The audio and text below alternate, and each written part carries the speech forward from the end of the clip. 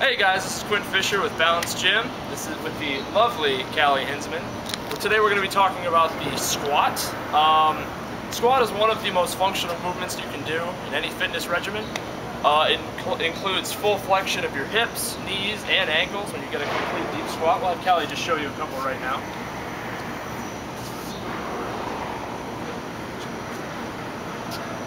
Good. All right, we can do these loaded or unloaded. But the squat, you know, we're hitting so many different muscle groups. We're hitting our quads, our hamstrings, our calves, the core, everything, all right?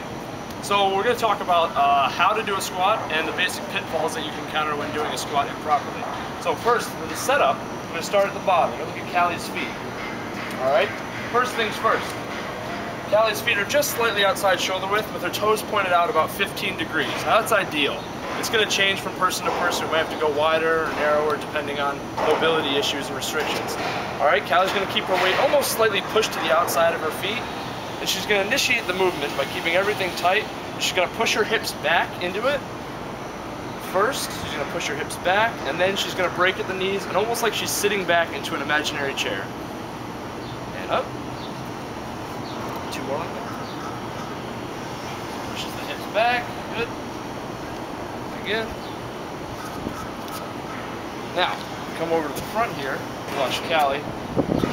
Now watch as she goes down how her knees track out over her toes, okay? You don't want her knees coming inward. Track out directly over her middle toe. Weight stays back on her heels, eyes stay forward, chest stays up. Good. She's using her arms right now as just a counterbalance. Alright guys, we're going to talk about just some basic pitfalls of squatting and problems that can happen. First is weight collapsing inward on the feet. Now, it's okay that your foot is basically supposed to have weight back on the heels, really balanced across the foot, but with a preference back towards the heels, alright? But what can happen a lot of times is people will collapse their weight inwards because of some muscular imbalances, alright? And this can cause our knees tracking in over our toes, and it's really not a healthy position for our knees. It puts a lot of shearing force inside here. So she wants to shift her weight out, over like that. Alright, that's a solid position. Alright. Also, if you look from the side, Cali can also, if she doesn't break at the hips first and she breaks at the knees too early, she's getting way too far forward on her toes. She's loading up her quads rather than really recruiting her hamstrings and her glutes effectively. Good, so if she pushes her, show us a good one, pushes her butt back, good, and then stands up. Alright? Another thing that can happen is when we lose our the curvature of our lumbar spine. So when Cali goes down, so she starts to lose her curve right there, all right? So you want to try and keep our chest up, our eyes forward. Good. And again. Good.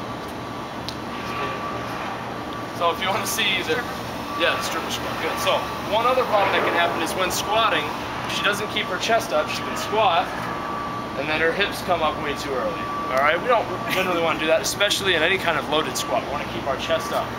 In an air squat, you can get away with it, but it's not ideal by any means. Alright, so chest comes, everything stays up and down. And now, you want to show us the trifecta? So this is what happens if if everything in the squat is wrong. It would probably look like this. Yeah, that's top notch. Alright, next we're going to talk about how to do a barbell squat. Alright guys, so after mastering the air squat and moving on to loaded squats, what you can do is a back squat. I'm going to have Cali do a few here.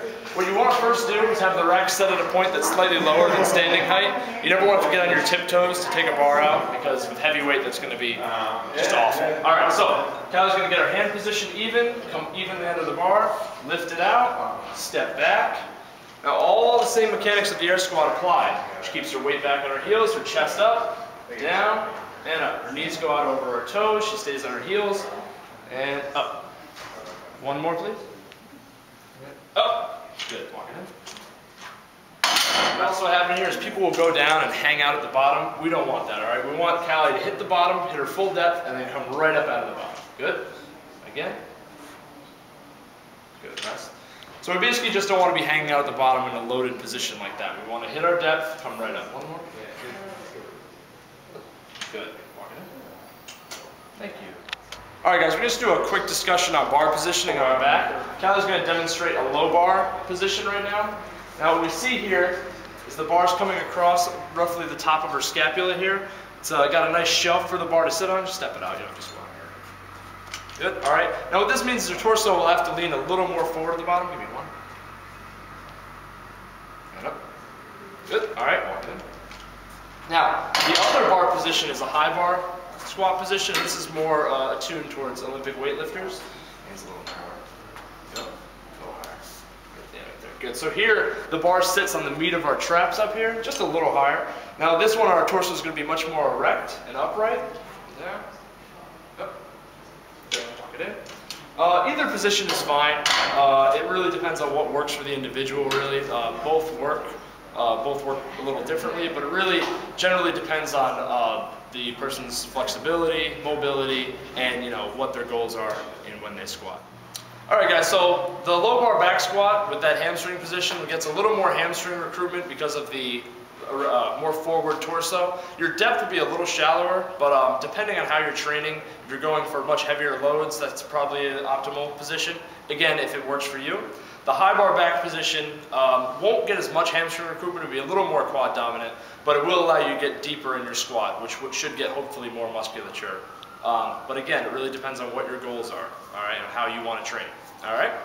So that pretty much concludes the basics of squat mechanics. This has been Quint Fischer and the lovely Cali Hinzman for Balance Gym.